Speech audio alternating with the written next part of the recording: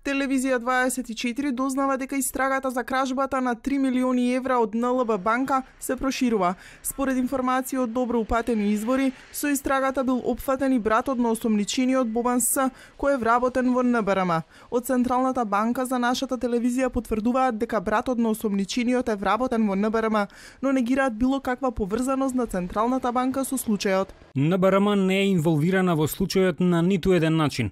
Случајно е тоа што вработениот е брат на осомничениот, па од тука НБРМ не е поврзана со настанот. Велот од НБРМ.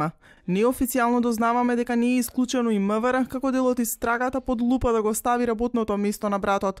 Во меѓувреме, НЛБ банка ја пријавила штетата во осигурителната компанија. Првиот човек на супервизија на осигурувањето Климе Поповски објаснува дека банките ги осигуруваат парите што се во трезор, на шалтери во банкоматите и како еден од ризиците освен од пожар, поплави и надворешни кражби е и ризикот на лојалност на вработените. Денеска веќе е пријавена штетата во осигурителна компанија, која што како клиент има банката.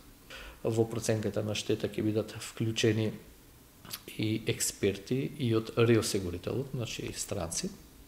Треба да види дали и како се почитувани сите оние услови кои што се во договорот за осигурување. По настаните со грабежот од НЛБ банка, но и од нивната мајка банка словеничката НЛБ Љубљанска со смирувачки тон, уверуваат парите на клиентите се безбедни. Нашите клиенти не треба да се грижат ни за своите средства, нити за функционирањето на банката, нити за доброто оперативно работење на банката. Поверение руководи sa банка. Имаме целосна доверба во раководството на НЛБ банка, која е најдобра банка во регионот. Осомничениот Бобан С за грабежот во НЛБ банка заработи 30 дена притвор и кривична пријава. МВР се уште трага по парите.